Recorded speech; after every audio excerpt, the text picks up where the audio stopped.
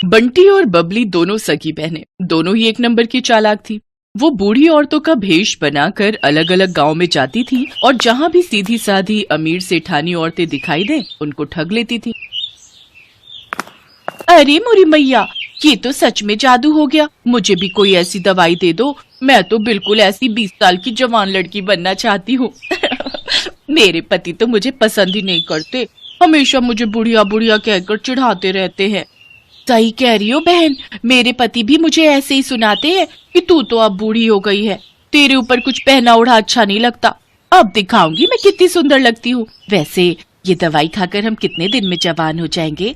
बस एक बार ये 1 हफ्ता दवाई खा लो, उसके बाद आने वाले 1 हफ्ते के अंदर तुम्हारे अंदर बदलाव आ जाएगा। पर ये दवाई महंगी है, इतना याद रखो, 51,000 रुपए का शगुन डालना पड़ता है तब ये दवाई मिलती है और तभी ये अपना असर दिखाती है। अब तुम पांचों अगर जवान होना चाहती हो तो कल 51,000 रुपए ले आओ और ये दवाई ले जाओ। अरे वो तो कोई दिक्कत नहीं है, पैसों की चिंता तुम ना करो, हम कल ही ले आएंगे। पर मेरी तो अब बहन की लड़की की शादी है, मैं सोच रही हूँ कल से दवाई शुरू कर दूं। हाँ, आप कल से ही दवाई शुरू कर दो, तभी आप मेरी तरह सुंदर बन पाओगे। ठीक है, तो फिर हम सब कल पैसे लेकर आ जाएंगे, तुम हमें दवाई दे देना।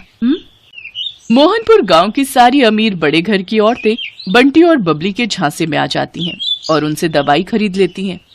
बंटी और बबली तो अपना काम करके उन औरतों को ठग कर कब का वहां से रफू चक्कर हो चुकी थी, पर मोहनपुर गांव की औरतें अपना सिर पीटती रह गई। उनके घर में सभी उन्हें डांटने लगे। अरे तुम पागल हो क्या? तुम्हारी उम्र हो गई, बाल पक गए, पर अक्ल अभी भी बच्चों वाली है। ऐसे भला दवाई लेकर कोई इतना जवान हो जाए कि 20 साल की लड़की बन जाए? तुम्हें क्या हो गया था? बताओ, फालतू के पैसे खराब हो गए और वो औरतें तुम्हें ठग कर चली गई। अरे मुझे अकेली को क्यों डांट रहे हो? सब किया धरा उस सुशीला का है, वही मुझे उन औरतों के पास ले गई थी। पर मुझे अभी तक समझ में नहीं आ रहा है कि उनमें से एक बूढ़ी दादी और वो उसकी पोती, क्या जो हमें पागल बना रही थी वो दादी पोती है क्या? तुम यहाँ अपना गणित लगाती रहो और वो दोनों राम जाने किसी और को लूट रही होंगी। बिल्कुल सही। बंटी और बबली अब सीतापुर गांव में पहुंच चुकी थी। अब उनका अगला निशाना यहाँ की अमीर घर की औरतें। बंटी, चल अगला निशाना ढूंढते हैं, थोड़ा गांव में घूम आए। ठीक है, पहले इन सब का विश्वास भी तो जीतना होगा। अरे वो तो हमारे बाएं हाथ का खेल है। बंटी और बबली 2 बुढ़िया बनकर सीतापुर गांव में घूमने लगी। वो एक चौपाल के पास से गुजरी, वहाँ कुछ बड़े घर की औरतें बैठी हुई आपस में गप्पे मार रही थी। बंटी और बबली जानती थी कि ये सही मौका है। अरे लाजवंती, कितने दिन में मैं जवान हो जाऊंगी? दवाई की 5 खुराक तो मैंने खा ली है। सुमित्रा, तुझे सब्र नहीं है। मैंने तुझे कहा ना, तू देखना सुंदर लड़की में ना बदल जाए तो मेरा नाम बदल देना।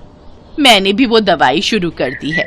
अरे हम जैसी बहुत बूढ़ी औरतें उस दवाई को खाकर जवान हुई हैं। ये दोनों बुढ़िया औरतें गांव में नई दिखाई दे रही हैं, पर ये किस दवाई की बात कर रही हैं? जरा पूछ तो। अरे बहन जी, जरा रुकना, आपको इस गांव में पहली बार देखा है, आप ये किस दवाई की बात कर रहे हो? जी नमस्ते, हम दोनों तो बूढ़े से जवान होने की दवाई की बात कर रहे हैं। हम वो दवाई खा रहे हैं। अब बूढ़े शरीर से काम नहीं होता, उम्र हो चली है, शरीर कमजोर हो गया है। हमें किसी ने दवाई दी थी कि इसको खाने से हम बहुत जल्दी जवान लड़की बन जाएंगे, तो हम इसी बारे में बात कर रहे हैं। हाय हाय हाय, सचमुच बुढ़ापा झेला ही नहीं जाता। कभी कोई बीमारी शरीर को घेर लेती है तो कभी कोई। हमसे अब बुढ़ापा सहन नहीं होता, इसलिए हम जवान होने की दवाई खा रहे हैं। अच्छा, तो उससे कोई भी जवान हो सकता है? अगर हम लोग वो दवाई खाएं, क्या तुम हमें भी वो दवाई दे सकती हो? हाँ, क्यों नहीं, वो दवाई तो हम जरूर दे सकते हैं। उसके लिए 51,000 रुपए देने होंगे, वो शगुन होता है। हाँ, ठीक है, पर पहले आप हमें इस बात का सबूत दो कि वो दवाई सचमुच हमें जवान बना देगी। मेरी दवाई को 5 दिन हो चुके हैं, बस कल एक दवाई और लेनी है, फिर परसों मैं तुम्हें एक जवान लड़की के रूप में दिखाई दूंगी। ठीक है, तो फिर हम परसों ही दवाई खरीदेंगे। पहले तुम्हें देख तो ले, आजकल चोर उचक्के बेईमान ठग बहुत लूटने लगे हैं। अरे तो ठीक है, आप जब परसों सुमित्रा को लड़की के रूप में देखोगे तभी आपको विश्वास होगा।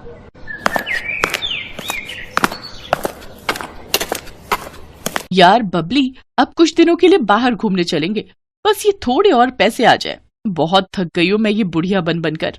ठीक है, बस ये काम हो जाए, फिर इस बार हम लंबी छुट्टियों पर चलेंगे। बंटी और बबली इस बार बहुत खुश थी, क्योंकि उनके पास इस बार बेईमानी के बहुत सारे पैसे जुड़ चुके थे। अगले दिन गांव की सारी अमीर घर की औरतें बंटी और बबली के पास दवाई लेने पहुंच जाती हैं। ये मेरी ननद है, कल ही दूसरे गांव से आई है। मैंने इसे भी आपके बारे में बताया, तो ये बोल रही है कि इसे भी वो दवाई चाहिए जिससे आप बूढ़े से जवान हो जाओ। वैसे आपकी दूसरी साथी कहाँ है? क्या वो जवान हो गई? हाँ बहन जी, वो तो कल रात को ही जवान हो गई थी। अरे सुमित्रा, जरा सामने आ जल्दी से, इन्हें अपना जादू दिखा। सब औरतें चौंक जाती हैं, क्योंकि बबली अब एक लड़की के रूप में थी। तभी सेठानी की ननद बोली, क्या बात है, वैसे कितने दिन लगे आपको बुढ़िया से जवान होने में?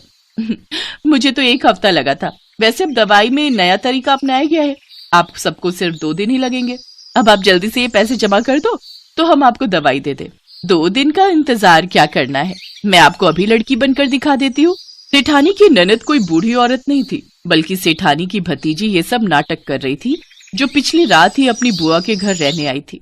जब सेठानी की भतीजी रीमा को ये बात पता चली, तो उसे दाल में कुछ काला लगा, क्योंकि उसकी अपनी सहेली की माँ के साथ ऐसा हो चुका था और वो बदमाश औरतें कहीं नहीं मिल रही थी। बुआ जी, ये कोई बूढ़ी औरतें नहीं, ये 2 चालाक लड़कियां हैं। ये ठग है, गांव-गांव जाकर सबको बेवकूफ बनाती हैं और पैसे ठगती हैं। असल में इनका नाम बंटी और बबली है। पहले ये 2 बुढ़िया के रूप में गांव में जाती थी, फिर इनमें से एक अपने रूप में वापस आ जाती है। बस यही सारी औरतें धोखा खा जाती हैं। ये अपना मेकअप उतार देती है। अच्छा, ऐसी बात है, हम तो इनके जाल में फंसे ही जा रहे थे। अब तुम दोनों को यहाँ से कोई नहीं भागने देगा। रीमा बिटिया, जल्दी से चौधरी साहब को और बाकी गांव वालों को भी बुला लो, इन दोनों को पकड़ना बहुत जरूरी है। बबली, हमारी चालाकी हम पर भारी पड़ गई, अब तो हमें ये पुलिस के हवाले करके रहेंगे। तुम ठीक कह रही हो बहन, कोई बात नहीं, थोड़े दिन जेल की रोटी खा लेंगे। रीमा की समझदारी से बंटी और बबली, जो कि बहुत समय से लोगों को ठगने का काम कर रही थी, उन्हें पुलिस पकड़ लेती है और उन्हें जेल हो जाती है। दोनों को अपने किए की सजा मिल जाती है। बंटी और बबली दोनों को समझ आ गया था कि चोर कितना भी समझदार हो, कितना भी चालाक हो, पर एक ना एक दिन उसे अपराध की सजा जरूर मिलती है।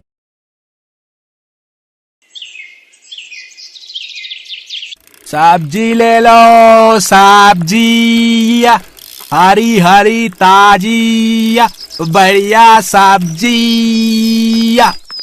ओ भैया, सब्जी वाले, जरा रुकना। हाँ बोलिए माताजी, क्या दे दूं? आलू, प्याज, टमाटर, भिंडी, गोभी, टिंडा, करेला, शिमला मिर्च, तोरई, सब बढ़िया बढ़िया लाया हूँ सब्जी। एक करेला दे दे। बस एक करेला? एक मतलब 1 किलो ना, अभी तोल देता हूँ। अरे अरे, इतने सारे थोड़ी, एक करेला। मुझे बस एक ही करेला चाहिए, 1 किलो नहीं। 1 करेला थोड़ी दूंगा माताजी, उसमें क्या तोल भाव करूंगा बताइए। अरे जब चाहिए एक, तो एक ही खरीदूंगी ना। तू तौल कितना है, मैं तुझे अपने हिसाब से पैसे दे दूंगी। 5 रुपए का बन रहा है 1 करेला। इतना जरा सा करेला 5 रुपए का? पागल समझा है क्या मुझे? ये पकड़ 2 रुपए और करेला इधर दे। हाँ दे रहा हूँ माताजी, और बताओ क्या लेना है? बस और क्या लेना है, 1 करेला काफी है। आज इसकी सब्जी बन जाएगी, कल दोबारा आएगा तो फिर कोई सब्जी ले लूंगी। कैसी कंजूस है ये माताजी। 1 टिंडा, 1 टमाटर, 1 प्याज और आज 1 करेला। रोजाना मेरा इतना समय खराब कर देती है, मानो ढेरों सब्जी खरीदनी हूँ। अब तो इस गली में रुकूंगा ही नहीं। हाँ, दूसरी गली से निकल जाऊंगा। राम जाने इनके घर वाले इनके साथ कैसे रहते होंगे। ये है संतोष। संतोष अपने पति और बेटा बहू के साथ इस मोहल्ले में कई सालों से रह रही हैं। संतोष के कंजूस स्वभाव को मोहल्ले में सब जानते हैं, इसलिए सब संतोष से दूर रहते हैं। संतोष कंजूस होने के साथ साथ बहुत ही चालाक भी है। अपने पैसे बचाने के लिए वो कोई ना कोई नया तरीका ढूंढती रहती है। बहू, इस करेले के 6 टुकड़े आराम से हो जाएंगे, हम सबको पूरे होंगे। 1 प्याज डालकर इसकी सब्जी बना लेना, रात में कोई इतना नहीं खाता। 1 करेले की सब्जी पूरी हो जाएगी। बस जहां देखो वहां कंजूसी करके अपने पैसे बचाती रहती हैं। भला एक करेले की सब्जी पूरी होगी, सूंघ सूंघ कर खाना पड़ता है सब कुछ। मन ही मन क्या बुदबुदा रही है। अब कुछ नहीं माँ जी, वो चीनी का डिब्बा खाली हो गया है, चीनी लौटनी थी। क्या चीनी खत्म भी कर दी? कितनी चीनी लगा देती हो बहू। जाओ भंडार घर से डिब्बा उठा कर लाओ, मैं खुद दूंगी, अपने आप मत लेना। शालू चीनी का डिब्बा ले आती है। ये हुए 5 चम्मच, 8, 9 और ये हुए 10। ये लो बहू, पूरे 10 चम्मच चीनी है। ये चीनी 2 महीने चलनी चाहिए। चाय में गिनकर सिर्फ 5 दाने चीनी के डाला करो, ज्यादा मीठी चाय सेहत के लिए अच्छी नहीं होती। माँ जी 10 चम्मच, वो भी छोटे वाले, ये 2 महीने चल जाएंगे, ये तो कुछ भी नहीं है। ये चीनी तो 15 दिन क्या 1 हफ्ता भी नहीं चलेगी माँ जी। जितनी दी है उतनी ही लो, इससे ज्यादा नहीं मिलेगी। घर चलाना किसे कहते हैं, मेरे से सीखो। संतोष और शालू अभी बात कर ही रहे थे कि तभी दरवाजे पर बिजली के बिल वाला आ जाता है। माताजी बिजली का बिल ले लो। हैं, इतनी जल्दी बिजली का बिल आ भी गया? अभी तो आया था, लाओ भैया दो। संतोष बिजली का बिल देखते ही घबरा जाती है। 8,000 रुपए, इतना बिल? ये सब गर्मियों की वजह से हुआ है। गर्मियों में और चलाओ, पूरी रात एसी, दिन में भी एसी एसी। अब पंखा चला रखा है, इसे बंद करो। आज मौसम अच्छा है, मैं ऐसे ही बैठूंगी। क्या हुआ संतोष, इतनी गुस्से में क्यों हो? ये लो बहू, दशहरी आम आ गए हैं, रास्ते से लेता हुआ आया हूं। ठंडे पानी में भिगो दो, रात को सब मिलकर खाएंगे। अरे क्यों इतना खर्चा करते हो? अभी दशहरी आम 80 रुपए किलो है। जब 20 रुपए किलो हो जाए तब सोचना लाने के बारे में। बेकार में इतने खर्चे करते रहते हो। ये देखो बिजली का बिल 8,000 रुपए का आया है। माँ ये तो कुछ भी नहीं आया, मेरे दोस्त का 15,000 का बिल आया। दिन रात एसी चलाते हैं वो लोग, हम लोग तो फिर भी कितनी बचत करते हैं। माँ जी तो दिन में भी पंखा नहीं चलाने देती हैं, बोलती हैं ठंडा मौसम में बंद कर दे। तो इसमें गलत क्या है? बचत करती हूँ। संतोष गर्मियों में तो कम से कम कंजूसी करना छोड़ दो, सर्दियों में तो अलग बात है। वैसे ही बिजली का बिल कम आता है। कितनी गर्मी पड़ रही है, मई का मौसम लग गया है। ये 3-4 महीने ही होते हैं जो गर्मी ज्यादा होती है, फिर आगे कौन सा इतना बिल आना है। तुम भी फालतू की चिंता करती हो। बहू पंखा खोल दो, गर्मी हो रही है। अरे बाहर कितनी ठंडी हवा चल रही है, बारिश आने वाली है, मौसम अच्छा है। जब प्राकृतिक पंखा चल रहा है तो ये बिजली के पंखे चलाने की क्या जरूरत है? तुम लोग नहीं सुधरोगे, मुझे ही कुछ करना पड़ेगा। पता नहीं संतोष के दिमाग में क्या चल रहा था। एक दिन संतोष टीवी में एक नाटक देख रही थी जिसमें उसने देखा एक औरत ने मीटर की सेटिंग करवाई थी जिससे उसका बिजली का बिल बिल्कुल भी नहीं आया, और वहीं से संतोष का दिमाग घूमने लगा। उसने एक बिजली की दुकान पर काम करने वाले एक लड़के को अपने साथ मिला लिया और उसे रिश्वत देने लगी। देखो भैया, मैं तुम्हें अभी के अभी 200 रुपए दूंगी, इस बिजली के मीटर में सेटिंग कर दो ताकि बिजली का बिल कम से कम आए, और ऐसी सेटिंग करना कि बिजली विभाग वालों को पता न चले। माताजी चिंता मत करो, हमारा तो ये रोज का काम है। मैं मीटर में ऐसी सेटिंग कर जाऊंगा ना कि बिजली विभाग वाले ढूंढ ही नहीं पाएंगे। पर 100 रुपए और बढ़ा दो माताजी, बड़े कम दे रही हो 200 रुपए। एक काम कर, तू जा, मैं किसी और बिजली वाले को बुला लूंगी। 200 से 1 रुपया ऊपर नहीं दूंगी। करना है तो कर, नहीं तो और भी बिजली वाले हैं मेरी नजर में। अरे अरे माताजी आप तो गुस्सा हो गए। कर रहा हूँ ना, कर रहा हूँ। ये लो बस हो गया आपका काम। ये लो, कर दी मैंने सेटिंग, अब आपका बिजली का बिल कम से कम आएगा। संतोष खुश हो जाती है कि जितना मर्जी पंखे कूलर एसी चलाओ, बिल आएगा ही नहीं। माँ जी बिजली चोरी करना अपराध है, अगर किसी को पता चल गया तो मैंने सुना है बहुत जुर्माना लगता है। तू अपने काम से काम रख, और खबरदार अगर तूने अपने ससुर जी और विनोद को ये बात बताई, वो कल ही सेटिंग हटवा देंगे। संतोष उस दिन के बाद घर में पंखे कूलर एसी लाइट सब कुछ चला कर रखती थी। ये देखकर सब हैरान थे। शालू तो सच्चाई जानती थी पर संतोष ने उसे साफ मना किया हुआ था। एक दिन पड़ोसन शांति संतोष की सारी बातें सुन लेती है। बस इतना सा बिजली का बिल, मुश्किल से 1500 रुपए का बिल आया है। ये तो मजे ही आ गए। इस बार कितनी बचत कर ली मैंने बिजली चोरी करके। देखा बहू, मैंने कितना दिमाग लगाया मीटर में सेटिंग करवा कर। बिजली का बिल कितना कम कर दिया। धीरे बोलती हूँ, दीवारों के भी कान होते हैं। अच्छा, तो ये संतोष बिजली की चोरी कर रही है। उड़ा लो मजे। कल ही जाती हूँ बिजली विभाग में संतोष के खिलाफ बिजली चोरी की रिपोर्ट करने। शांति संतोष से जलती थी। दोनों की शादी एक साथ हुई, एक साथ बच्चे बड़े हुए, पर संतोष की बहू दहेज अच्छा लाई थी और शांति की बहू दहेज नहीं लाई थी। एक दिन संतोष ने यही ताना शांति को मार दिया था, जिस कारण शांति संतोष से गुस्से में रहती थी। बदला लेने की भावना जब मन में आ जाती है तो इंसान कुछ नहीं सोचता। शांति ने बिजली विभाग वालों को संतोष के बारे में खबर कर दी। बिजली विभाग वालों ने संतोष के घर छापा मार दिया और मीटर की चेकिंग हुई, जिसमें साफ साफ घोटाला नजर आ गया। संतोष को 60,000 रुपए का जुर्माना भरना पड़ा। संतोष, तुम्हें कितना समझाया था कि इतनी कंजूसी करना ठीक नहीं है, पर तुम कहाँ मानने वाली थी। अब बचत करने के चक्कर में 60,000 रुपए का नुकसान हो गया। मुझसे बहुत बड़ी गलती हो गई।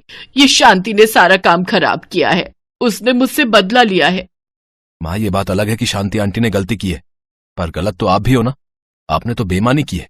इतना बुरा लग रहा है, सबको पता चल गया। अरे अब बस भी करो आप और पापा जी। माँ ने तो हमारे लिए सोचा। ये अलग बात है, माँ जी भले ही कंजूस हैं पर बहुत सीधी हैं। उन्हें सही गलत का मतलब ही नहीं समझ आता। वो बेचारी तो गलती कर बैठी इसलिए ऐसा हुआ, पर आप दोनों तो जानबूझकर उन्हें डांट रहे हो। गलती इंसान से ही होती है। माँ को अपनी गलती का एहसास हो गया कि बहुत बड़ी बात है। माँ जी आप चिंता मत करो। अरे ये पंखा क्यों बंद है? रुको मैं अभी चलाती हूँ। अरे बहू रहने दे, बिजली का बिल बहुत आएगा। अब तो मीटर में कोई सेटिंग भी नहीं है। माँ जी अभी भी और सब ठहाका लगाकर हंसने लगते हैं। संतोष को अपनी गलती का एहसास हो गया था। उस दिन से संतोष ने कंजूसी करना छोड़ा तो नहीं, पर कम जरूर कर दिया।